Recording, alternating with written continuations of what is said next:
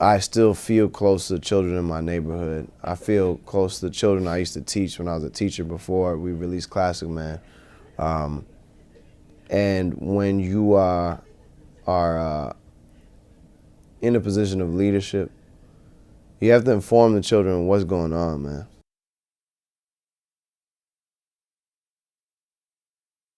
I want to say good morning to Mr. Jidenna. How you doing, sir? Morning, morning, morning. It's great, man. It's great to be here in London. You've been about for like the past 2 weeks, Yeah, city to city, country to country. yeah. How are you adapting with just moving around a lot? Well, I move around a lot in the States, but this is the first time post-Classic Man that I'm moving around from country to country, from culture to culture. It's actually very natural. I grew up in international communities in the States, so we would have like Ghanaians, Lebanese, Bolivians, Indians, Chinese, all in the same area. So to go from country to country, especially countries like Nigeria and South Africa, where I have family in both countries, and then come to the UK and come to London and just feel like, oh, so this is where I got a lot of my style from. It's like, it's totally natural, man, and it's great. It's humbling. Can I first of all commend you on what I heard yesterday? Blown away is the word that came to me. Wow. But it felt when I listened to it that I could feel that my ancestors or our ancestors will be proud of the messaging that's coming. Oh, man. Wow, man. How do you interpret it? First of all, that means a lot, man. Every affirmation is needed. I have plenty days of doubts of what, you know what I mean, like any human being. So thank you.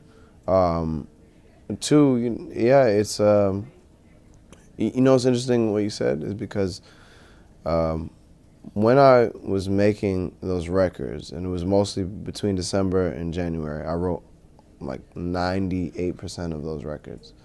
And then we spent the first half of the year just fine-tuning and producing them up. I was alone in a house, and there was a shrine in the room, and I prayed to all the musical ancestors, and the ancestors of my blood, and the ancestors that have been fighting to create harmony and humanity. I literally prayed on every record, prayed before every time, and I have the shrine, man. On the shrine, there's spirits, and there's the special herbs that I roll up. Those herbs and those spirits and the meditation and the holy books are what enable me to kind of meditate and contemplate. So when you talk about the ancestors, man, I'm glad you feel it because that's who I was talking to. The intro, ironically, I spoke to Nana yesterday.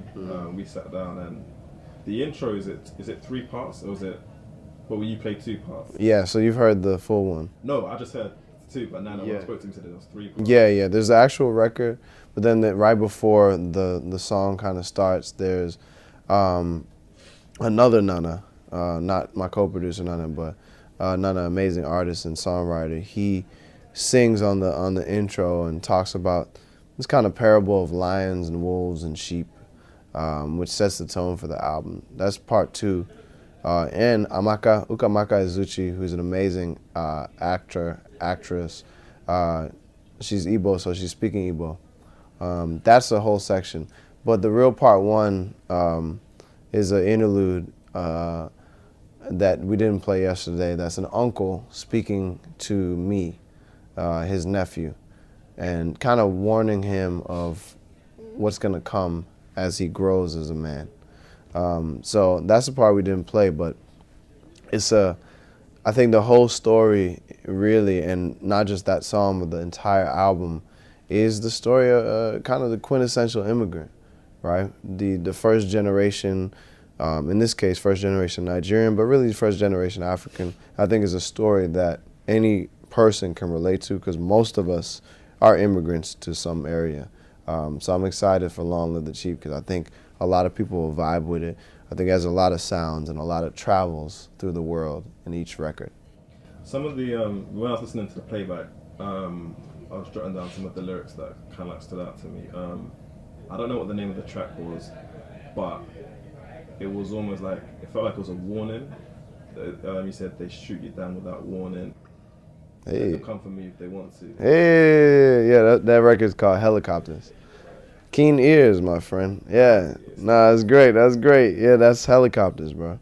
Could you walk me through that because it I didn't see it as a street narrative, but I saw it as it was the perspective of what you may be facing. But I really wanted to get into the mind of what that is saying and how you conceptualize that. Well, it could be street. It could be just exactly what you said. What a human being faces, what I feel like I'm facing. To me, at the essence of it, man, is and the whole album is a romanticizing of different moments in life. Sometimes you romanticize love. That's what everybody knows. But you can also romanticize war, or you can romanticize sacrifice in the face of oppression. That's what that record to me is about. It's romanticizing being a martyr. You know, especially when you're younger. I remember when I was a boy, I wanted to be a martyr, man. I looked up to Tupac. I looked up to Malcolm X. I looked up to these guys. I looked up to Marley. And when I was younger, I didn't believe he died of cancer. You know, or I was like, yeah, they put that cancer in him. You have all these ideas, whether right or wrong, but more importantly, you want to sacrifice your life for something. That record stems from that kind of romanticizing of martyrdom. And in the face of, for example, police murders in the U.S., or anybody trying to shoot you down, not just crooked police officers, or not a good guy who just happens to be in a world, in a society that's racist in its core fabric and needs to deal with that. If they shoot you down without warning, then the crown's on my head tonight. Meaning, hey, that crown of thorns or the crown of humanity, I'll take it on tonight. I'll be the one to go in. I'll be the one to defend us against whatever the opposing force is. So that's what that record means to me. I used to live in South Central LA in the summers, there in Ladera Heights in LA. Two different sides of LA, but what I saw the most in LA was these helicopters. More helicopters than anywhere in the US you see in Los Angeles. And so that song's close to me as somebody from there. And I think the appearance of helicopters oftentimes is a warning that somebody's gonna get got. So that's what that record all in all is about. In that same record, did you say "Let My Children Know What That's About"? Yeah. Well, I think